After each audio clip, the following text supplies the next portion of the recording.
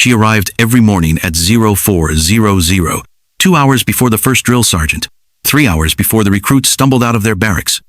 Isabella Martinez pushed her cart through the empty corridors of Fort Carson's training facility, her graying hair pulled back in a simple ponytail, wearing the same navy blue coveralls she'd worn for the past 8 years. Welcome to the Human Stories. Before we continue, tell me in the comments from which city in the world are you watching this video today. And if you believe stories like this need to be heard, hit that subscribe button and help us honor those who were never meant to be forgotten.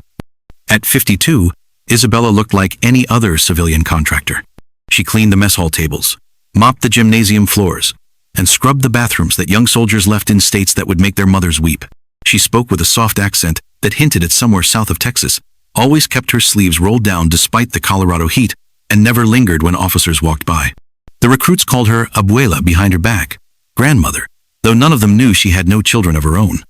To them, she was just part of the infrastructure, like the water fountains and the motivational posters peeling off the walls, invisible, unremarkable, forgotten the moment they passed her by. But Staff Sergeant Thompson noticed things others didn't. In his 15 years at Fort Carson, he'd seen dozens of cleaning staff come and go. Most lasted 6 months before the military environment broke their spirits. Isabella had been there longer than some of the officers. She never called in sick, never complained about the hours, and somehow always managed to clean blood out of the training mats without asking questions. There were small details that nagged at him, the way she folded the towels in the locker room, not the casual fold of a housekeeper, but precise hospital corners that spoke of military training. How she stacked the weights in the gym, always organized by function rather than size, like someone who understood tactical efficiency. And her posture, despite pushing that cart for hours every day, her spine stayed straight, her shoulders square. But it was her eyes that really bothered him.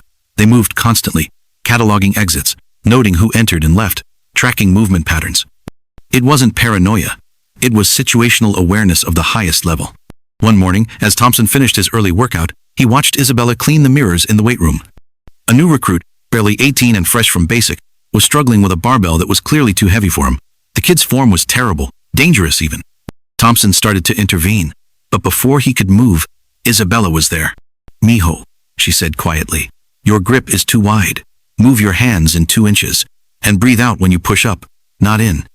The kid looked confused but followed her instructions. His next rep was clean, controlled, safe. "How did you?" he started to ask, but Isabella had already moved away, wringing out her mop like nothing had happened. Thompson stared. That wasn't housekeeping advice. That was the guidance of someone who understood biomechanics, someone who'd spent time under heavy weight themselves. Later that week, during a particularly brutal training exercise, a recruit collapsed from heat exhaustion. As the medics were called, Thompson watched Isabella move. She didn't run or panic like most civilians would. Instead, she calmly elevated the soldier's legs, loosened his collar, and checked his pulse with fingers that found the carotid artery without hesitation. "He'll be fine," she told the arriving medic. "Core temperature's not critical, and his breathing is steady. Probably just didn't hydrate properly this morning." The medic looked at her strangely, but confirmed her assessment. As they loaded the recruit onto a stretcher, Thompson approached Isabella. "Where did you learn field medicine?" he asked. She looked up at him with those dark eyes that seemed to hold more than a cleaning lady should know. "You pick things up?" she said simply, then returned to mopping the same spot she'd been working on for 10 minutes. That night, Thompson couldn't sleep.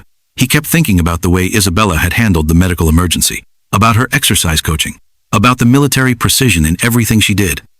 He'd seen enough soldiers in his career to recognize training when he saw it, and Isabella moved like someone who'd been through the system. But when he checked the base records the next day, all he found was a standard background check for civilian contractors.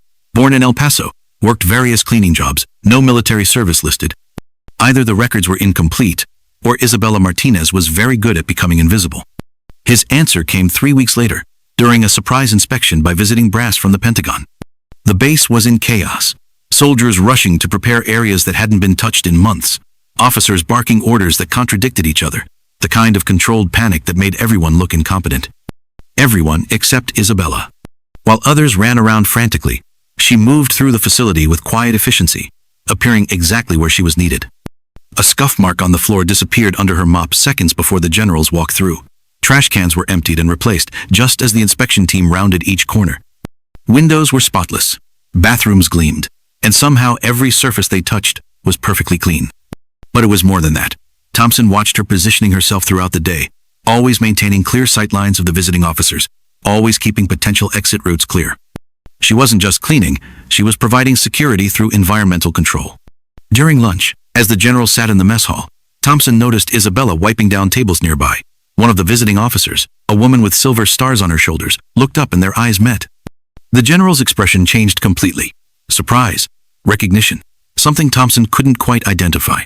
The general excused herself from the table and walked over to where Isabella was working. "Excuse me," she said quietly, "but do I know you?" Isabella paused, her cloth still in her hand. "I don't think so, ma'am." The general studied her face. "I could have sworn. You remind me of someone I served with years ago, a medic in Afghanistan, one of the best I ever worked with." "I've never been to Afghanistan, ma'am," Isabella replied, but Thompson caught something in her voice. Not a lie exactly, but not the whole truth either. The general nodded slowly. "My mistake. Thank you for keeping this place so clean." As she walked away, Thompson saw her glance back once, her expression troubled. That evening, Thompson waited until Isabella finished her shift. As she wheeled her cart toward the storage closet, he followed. "Isabella," he called softly. She turned, and for the first time in all the months he'd known her, she looked tired. "I know what you're going to ask," she said before he could speak, "and I can't answer it." "Can't or won't?" She was quiet for a long moment. "Some stories don't have happy endings, Sergeant. Some people serve their country and get forgotten. Some get erased. And some—" She paused, unconsciously touching her left shoulder, where Thompson had never seen her without long sleeves, even in summer. "Some get betrayed by the very system they bled for." Thompson felt pieces clicking together. "You were military." "I was a lot of things." She started pushing her cart again. "But now I'm a janitor, and maybe that's exactly where I need to be." "Why here? Why Fort Carson?" Isabella stopped at the storage room door. "Because these kids remind me why it mattered.